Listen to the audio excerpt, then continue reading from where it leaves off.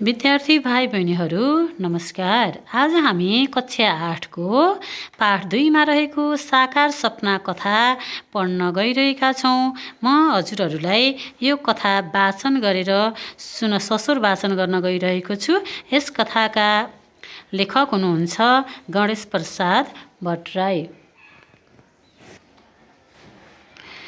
गोरखाका राजा पृथ्वीनारायण शाह आफ्नो राज्यको सिमाना बढाउन चाहन्थे। उनले कीर्तिपुरमाथि तेस्रो प्रयासमा विजय प्राप्त गरे। कीर्तिपुर विजय गरेपछि लुटीकोट र मुडीखुकोटका गाउँ जितेर उनले कान्तिपुरका राजा जयप्रकाश मल्लको दिमागमा खतराको घण्टी बजाइदिए। जयप्रकाश मल्लले एक दिन भक्तपुरका राजा रणजित मल्ल र ललितपुरका मन्त्रीलाई गुह्यश्वरी मन्दिरमा बोलाए। उनले मन्दिरको पूर्वपट्टिको पाटीमा बसेर यसरी बोलाउनुको कारण खोल्दै भने, गोर्खाली राजाले कान्तिपुरमा आक्रमण गर्ने योजना बनाइरहेका छन्। तपाईले मलाई सहयोग गर्नु पर्यो। तपाईहरूलाई पर्दा म पनि सहयोग गर्नेछु। लामो छलफलपछि सबैले धर्म भागे।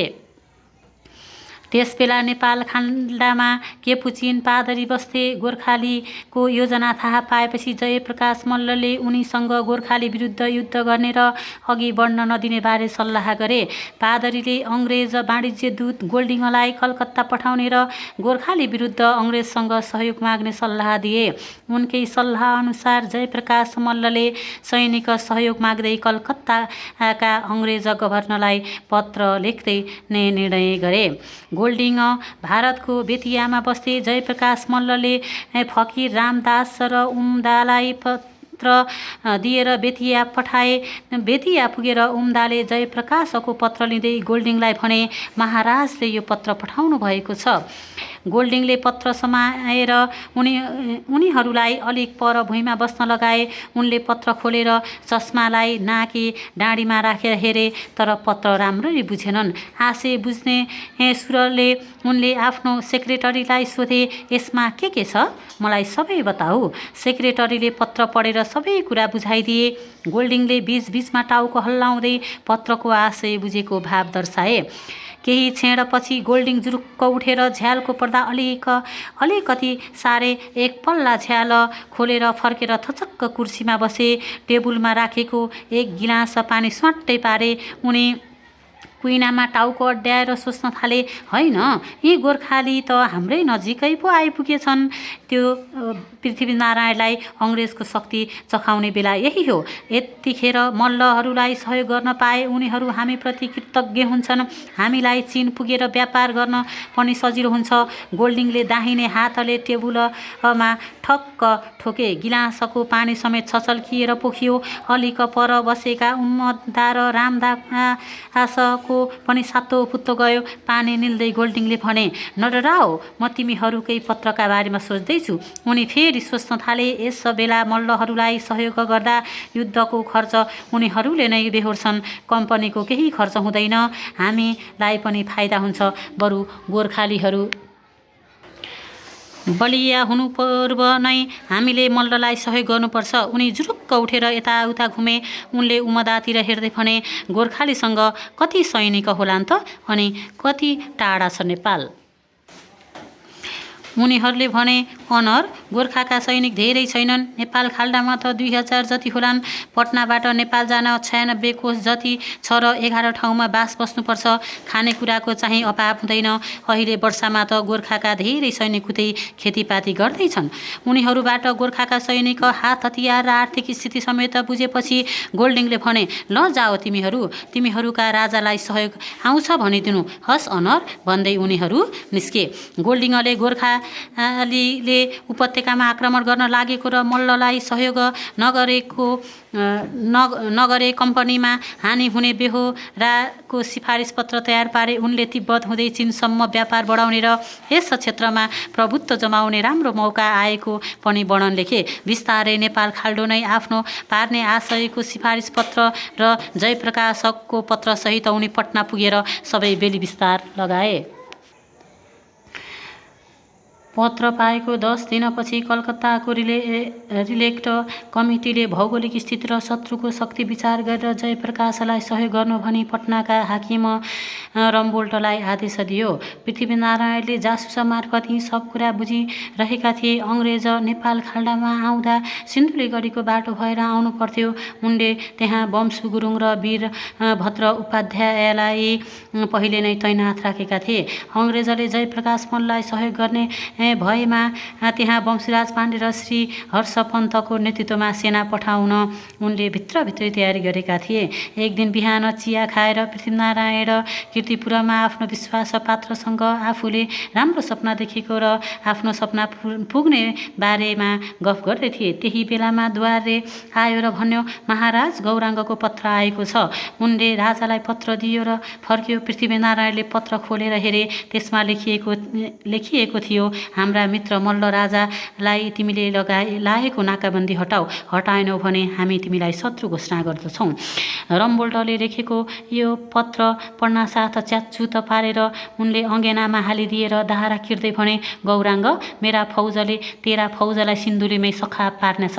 आगासँग खेल्न लागिस्। यस बेला उनका दुवै हातका मुट्ठी कसिएका थिए। उता अङ्ग्रेजले कप्तान किनलकको नेतृत्वमा 2400 जति हिन्दुस्तानी सिपाही र केही अङ्ग्रेज अफिसरसहित मध्य वर्षामै जयप्रकाशलाई सहयोग गर्न फौज पठायो।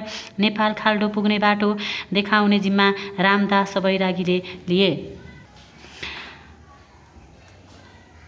यो थाहा पाउनासाथ पृथ्वीनारायण शाहले आफ्ना सैनिकलाई सिन्धुलीको पौवागढी पठाए। गोर्खाली सेनाले जनकपुर र सिन्धुलीगढीबाट सारा रसद पानी रित्याएर पौवागढी पुर्याए। सिन्धुलीगढीको नजिकै पर्ने मकवानपुरका राजाले पनि आफ्नो राज्यलाई शत्रुबाट सुरक्षित राखेका थिए।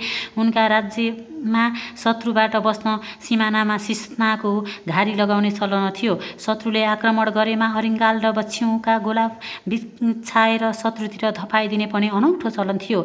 वंशु गुरुङ सिकारी पनि भएकाले उनले यी सबै अवस्थाको राम्रो अध्ययन गरेका थिए। गोर्खाली फौज गौराङ्ग सेना कहिले आफ्नो अघि पर्ला र युद्धको धोको फेरौँला भनेर पौवागढीमा पर्खेर बसेका थिए। उता अङ्ग्रेजका भरिया बन्दुक र हतियार बोकी अगाडि हिँड्दै थिए। बिचमा सेना थिए। त्यसको पछि कप्तान किनलक र सहायक कप्तान यर्से पौवागढीको उकालो चढ्दै थिए।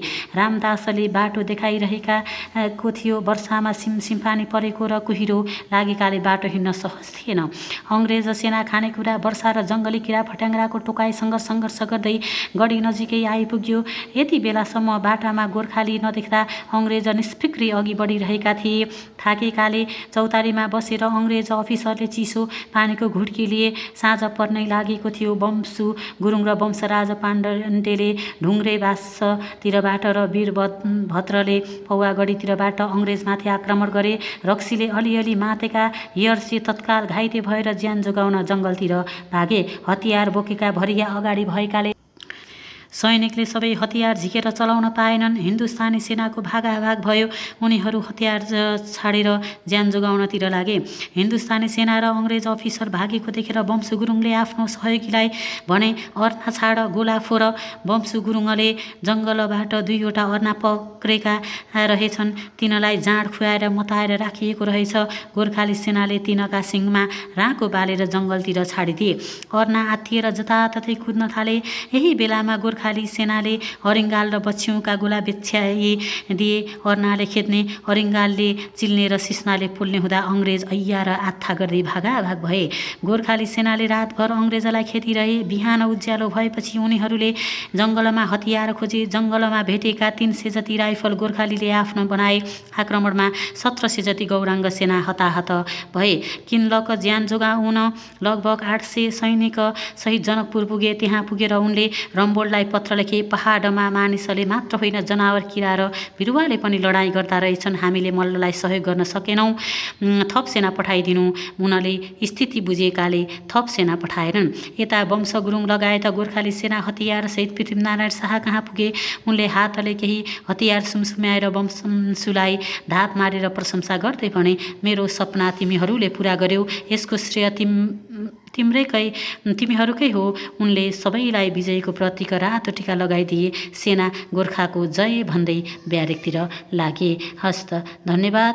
यस साकार सपना तपाईँलाई कस्तो लाग्यो यसको कमेन्ट पनि गर्नुहोला है त।